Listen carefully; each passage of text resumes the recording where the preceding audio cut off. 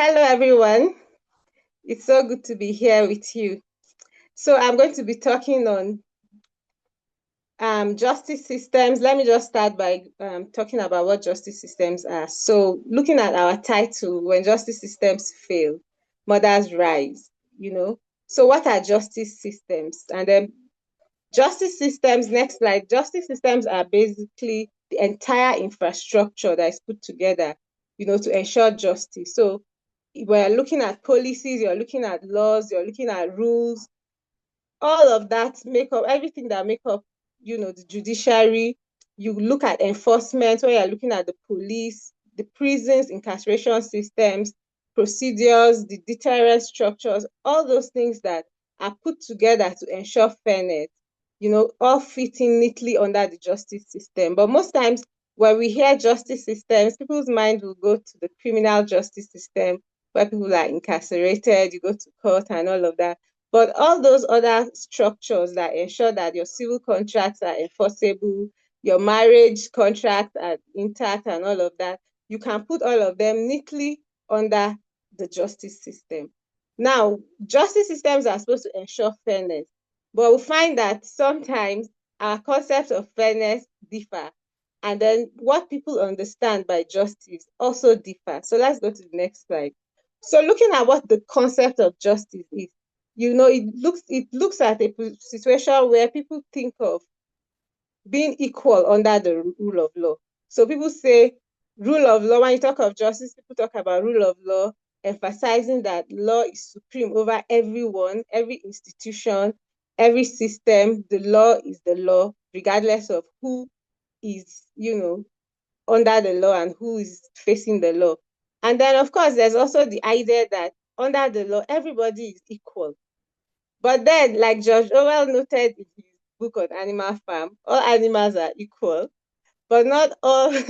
Some animals are more equal than the others. So you find that, yes, the rule of law, the concept of justice, would wish that all of us are equal under the law. But when you look at in operation, you find that it's not really always like that. There's all this issue of balance of power and things like that. So when you're talking of concept of justice, people also look at application of laws. They want it to be fair, fairly applied across board, make sure that everybody governed by the law is accountable, is not arbitrarily used, and all of that. And so to ensure that the rule of law is intact, there are also other systems like judiciary, and then you hear the independence of the judiciary. We want the judiciary to be so independent that the executive arm of government does not interfere with whatever the judiciary is doing. You have concepts like separation of powers. All of these are to ensure that justice is not just done, but it seemed to be done. But then when we look at it, how does this really play out? So let's look at the adequacy of the justice system. Next slide.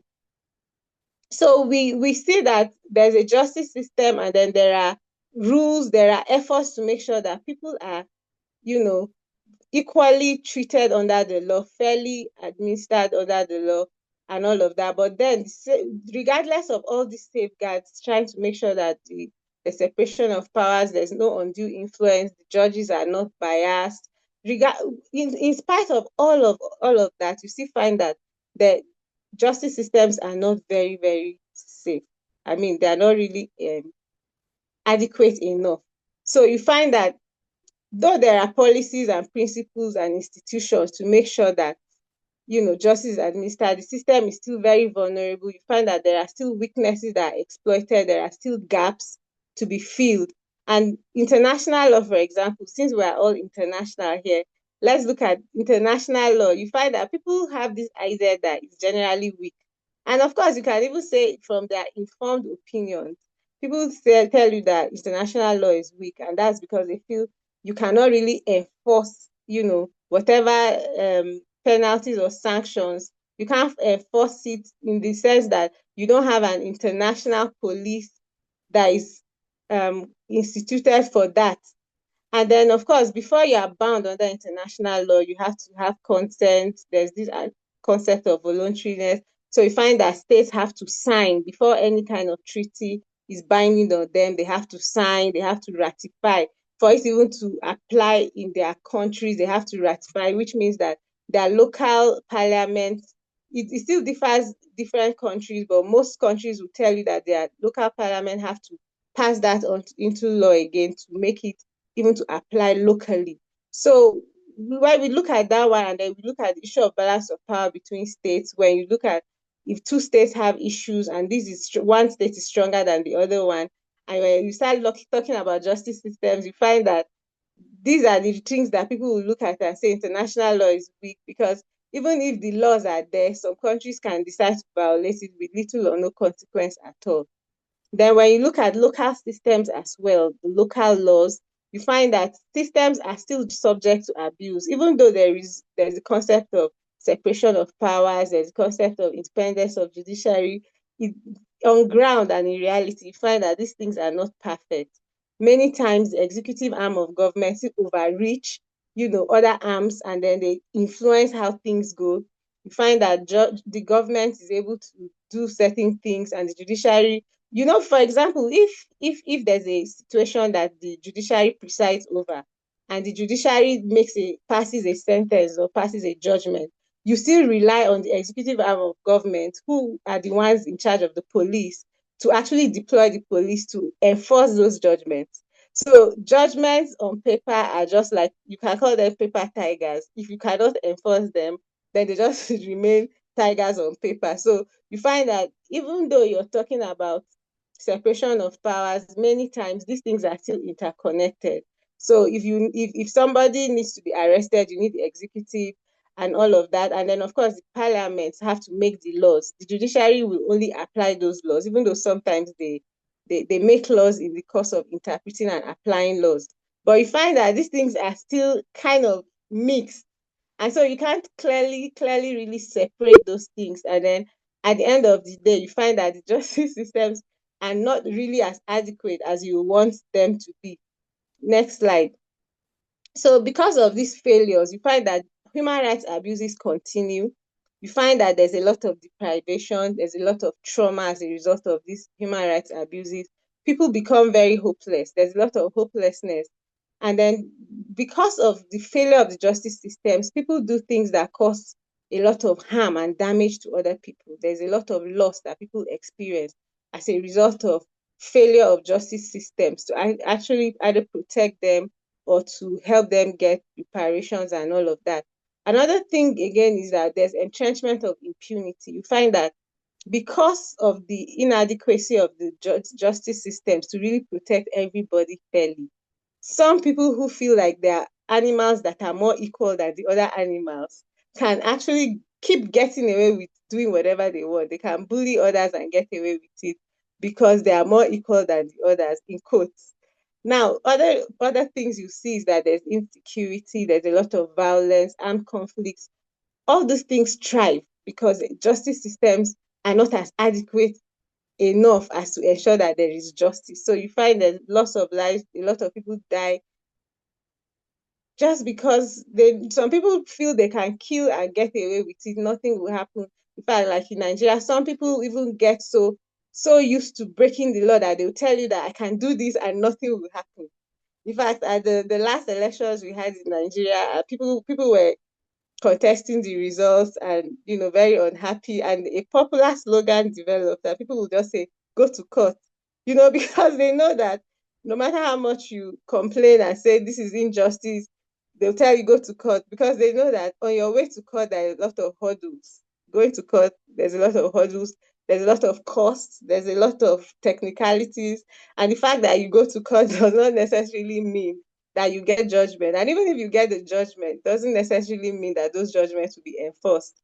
And then when you look at the idea of appeals, for example, those systems where people would say, you go to the court of first instance, you get judgment, and then someone would say, I'm going to appeal. So like in Nigeria, for example, you have the court of appeal, you go on appeal, you have so many years, and then they'll say, okay, whatever comes out from appeal, they'll say, well, I'm going back to the Supreme Court. In the midst of all of that, a lot of harm is going on, a lot of deprivation is going on, and a lot of injustice is going on. So the list goes on, and the end result of this is that we end up with a very sick world. As we can attest, the world is really sick right now. Now, let's look at this diagram. It's not very clear. Next slide. Yeah. So when you look at equality, equality is like you try to help a little bit to see that people are able to, be helped on an equal ground. While equity, tries to see that it meets everybody at its weak point, to see that everybody is able to access what they need to access. But for justice systems, it doesn't meet you at any point at all. Justice is supposed to just apply regardless of whether this person is stronger, this person is taller, this person is shorter. It just applies across board. So you find that at the end of the day, the justice systems will not really bring justice because we're not all equal. We don't have the same strengths and all of that. So let's go to the next slide, looking at mothers as agents of healing and protection. So the family unit is actually the is supposed to be like our safest place. If the family unit is allowed to operate as designed, how it ordinarily should, you find that families that operate according to design, those families most of the time are very balanced and there's a lot of equity because families would mothers, let me look at mothers now, because mothers most of the time are the homemakers. They meet, for example, if there's problem, there's a quarrel amongst children, you find that when they pass their judgment, it's not like the justice system.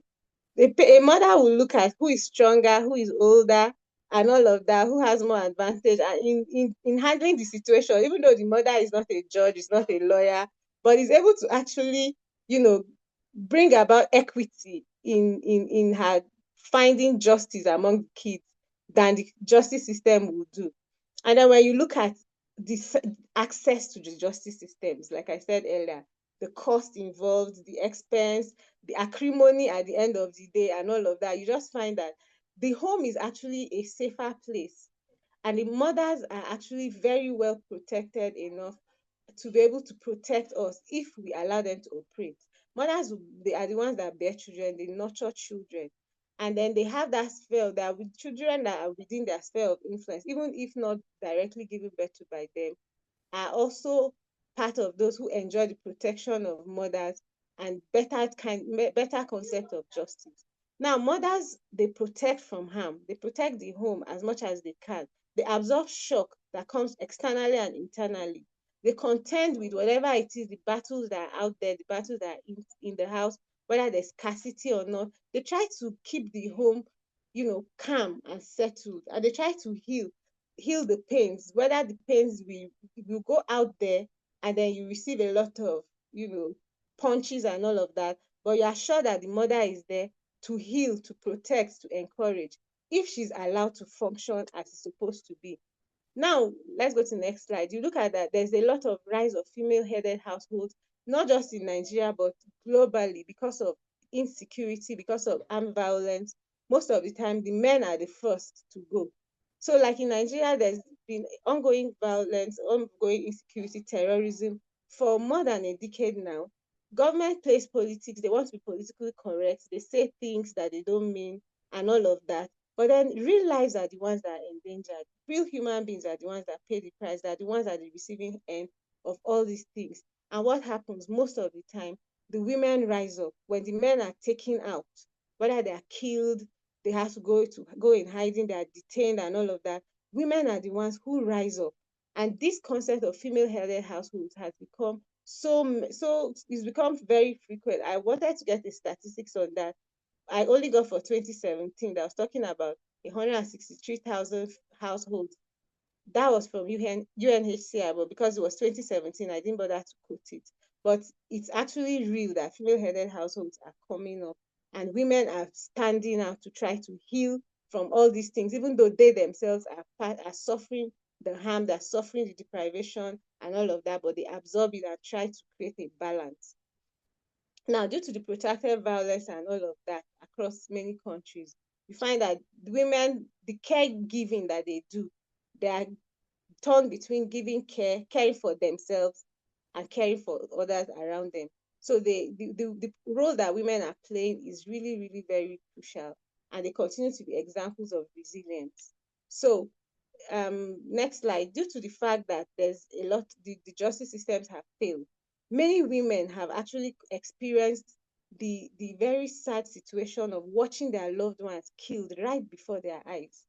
and having to be the ones to bury those people by themselves, just to, you see, they are not just caring for the living, they are even caring for the dead, to make sure that the corpses of their loved ones are properly buried. So they go through all of that.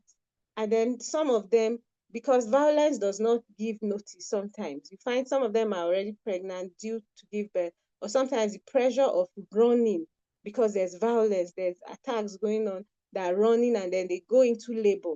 Some of them, while in the bushes, trying to, care for themselves and the children they are running with, they go into labor. Some of them go into labor while in IDP camps, where there are no what do you call them now, no midwives, nobody to care for them, and then they have to care for themselves and these children with no skills at all. For in Nigeria, most of the northeastern women are usually were farmers.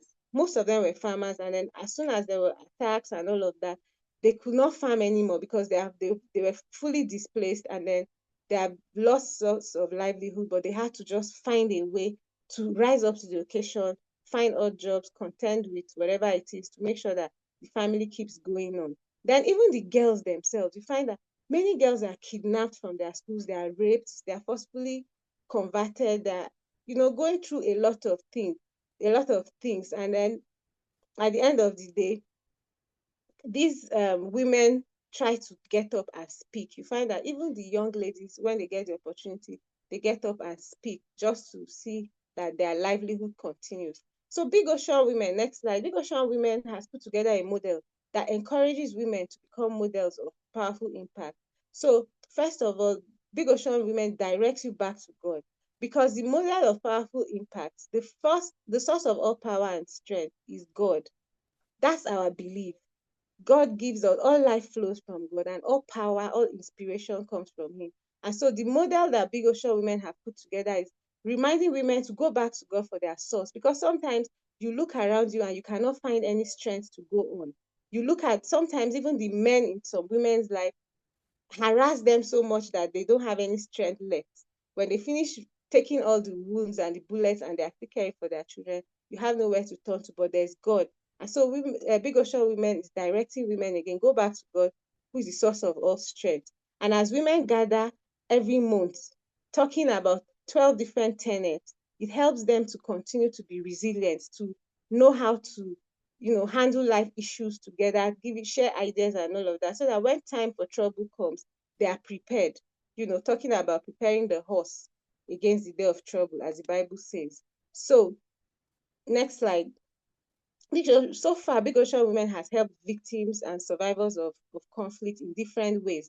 They've helped them to find their footing by providing platforms to learn skills, platforms to be able to protect their families, to be able to continue to not just survive, but do it with dignity beyond, the systems that are failing and all of that. Gives them a reason to keep going on. Big Ocean has also helped troubled teenagers find them. Some troubled teenagers have found themselves victims, in the sense that they're unjustly thrown away by society. A Big Ocean has done projects to help them recover, find a way out, deal with trauma, and continue pushing on in life with a lot of dignity. Next slide. So we have also hosted a lot of conferences, retreats, and all of that. Talk about capacity strengthening, capacity building, and all of that, to help women to be able to survive domestic abuse, to know how to go about these things. Ask questions, ask the men, why do you hit us? Why are you abusing us domestically, physically? What is the problem? Big Ocean has created those platforms where women are able to confront and also find answers and keep going. And then the younger people, as the younger ones come up, Big Ocean has also given platforms where younger ones are equipped with information and everything that they need to help them to become resilient. So last slide. So, in summary, Big Ocean Women believe that our true power comes from within us and extends to our families, our communities, and the world at large. So, every human being, of course, we know that every human being on earth comes from a family, every one of us. And so, the influence and the impact of family, you cannot overemphasize it. And if we ignore this, we do that at our own peril. So, we believe that women can rise with authority to protect and heal when they find their innate powers, understand it, and put it to action. So as women listening to this presentation, let's find our inner compass from within us. Let's find the inner motivation within us and draw strength from God, and we can do great things. Thank you very much.